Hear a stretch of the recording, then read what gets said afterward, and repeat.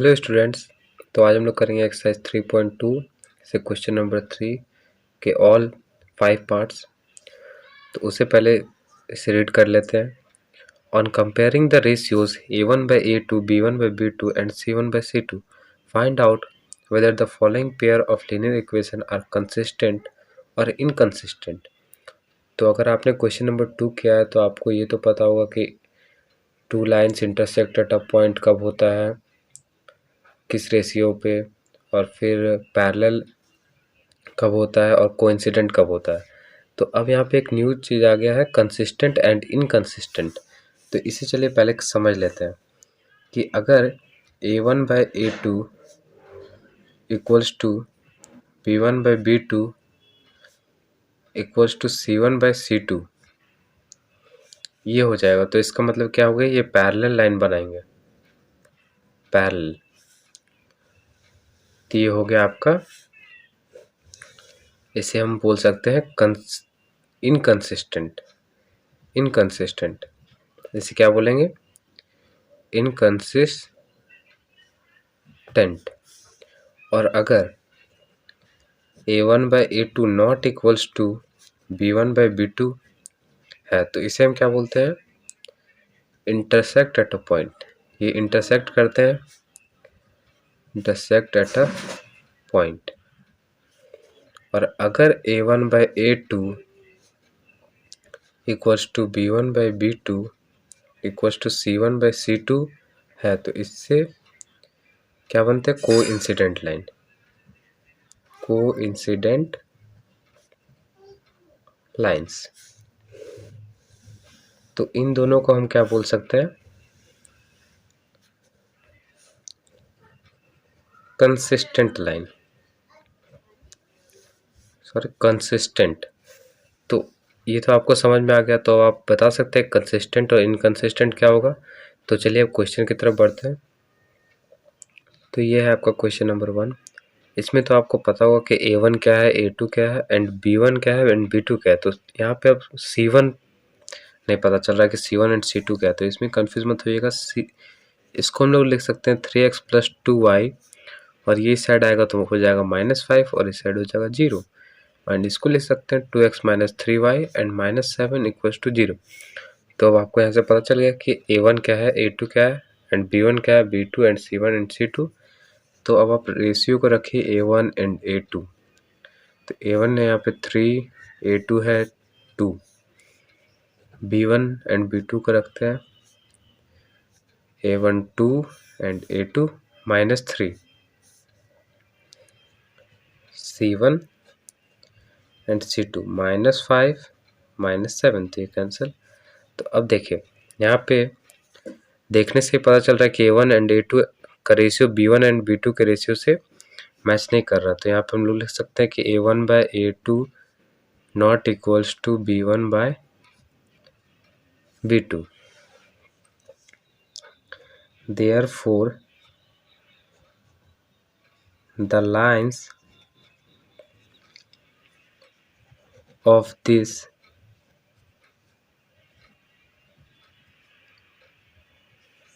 linear equation are, अब आप बताइए क्या होगा। देखिए यहाँ पे a1 एंड a2 का रेशियो b1/b2 के रेशियो के बराबर नहीं है, तो इसका मतलब ये इंटरसेक्ट कर रहा है।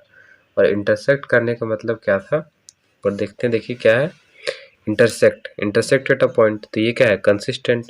तो ये बस आपको याद रखना है कि ये दोनों कंसिस्टेंट और ये वाला अकेला इनकंसिस्टेंट। तो ये हमारा आएगा कंसिस्टेंट में। तो इसी के साथ पहला क्वेश्चन कंप्लीट। चलिए दूसरे पार्ट में देखिए, सेकंड पार्ट को भी कुछ उसी तरह से करेंगे। पहले इसे लिख लेते हैं, सी को इस साइड ले आते हैं, 0 4x - 6y -9 0। अब a1/a2 का रेशियो देखते हैं, 2/4, तो ये क्या हो गया 1/2। एंड b1/b2 के रेशियो को देखते हैं, तो ये हो गया -3/-6, ये आ गया 1/2। एंड C1/C2 के रेशियो को अगर देखते हैं तो ये हो गया -8/-9।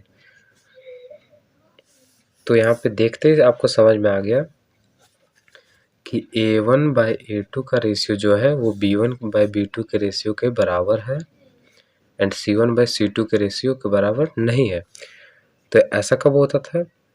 जब लाइन क्या होता था? पैरेलल। और पैरेलल क्या होता है? वो होता है हमारा इनकंसिस्टेंट।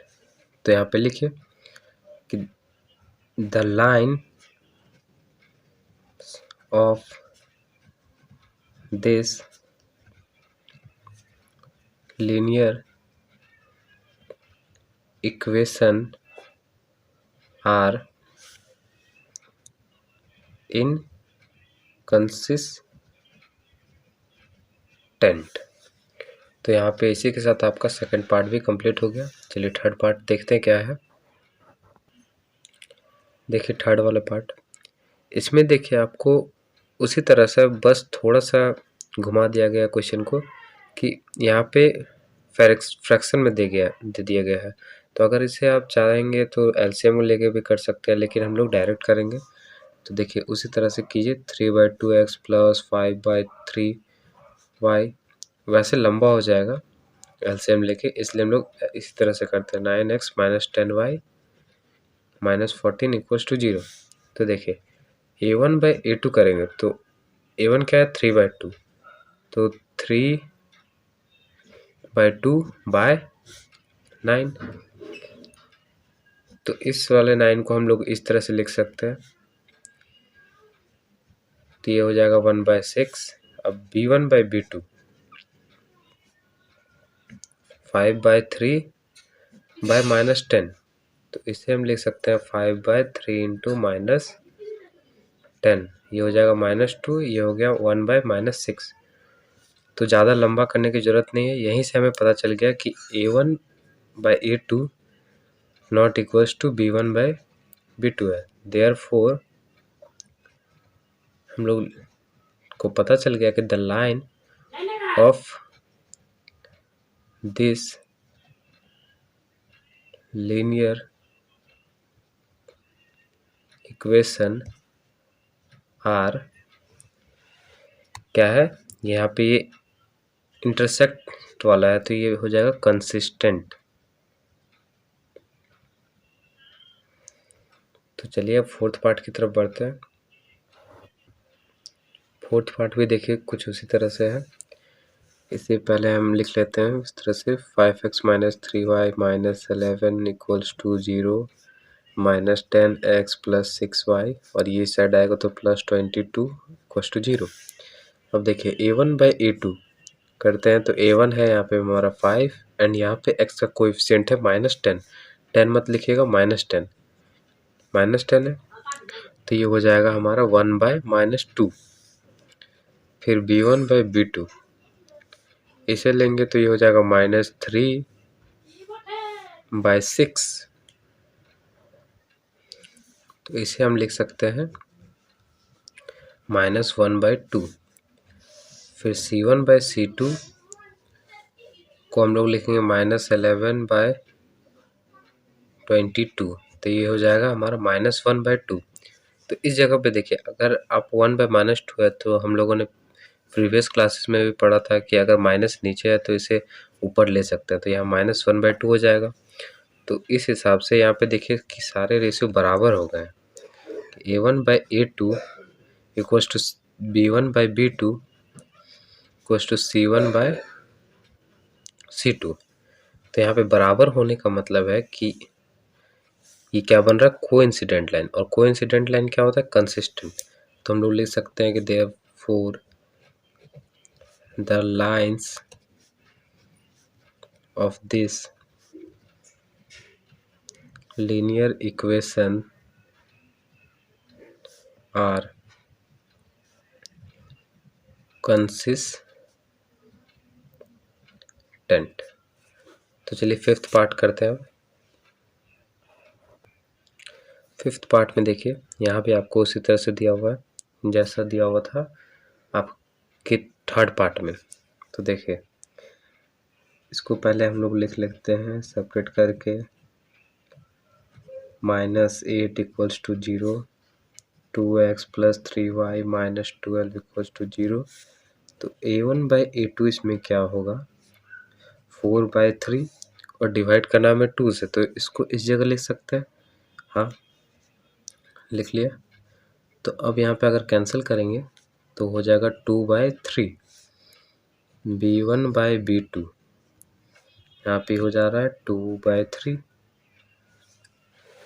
देखिए यहाँ से 2 और यहाँ से 3। फिर c1/c2 ये हो गया 8 - 8 by -12, तो यहाँ माइनस माइनस कैंसिल। ऐसे देखिए स्टेप वाइज आपको करके दिखा रहा है।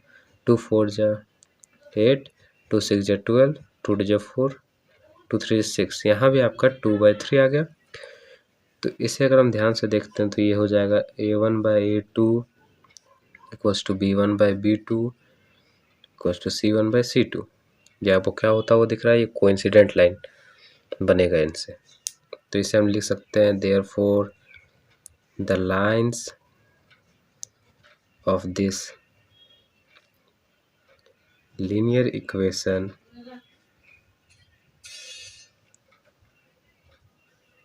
Are consistent. तो आपके फिफ्थ पार्ट में भी एक कंसिस्टेंट लाइन ही बनेगा। तो इसी के साथ आपका जो ये फिफ्थ पार्ट के साथ पूरा क्वेश्चन नंबर 2 कंप्लीट हो चुका है। तो चलिए मिलते हैं अब क्वेश्चन नंबर 3 में, सॉरी क्वेश्चन नंबर 4 में। Thank you.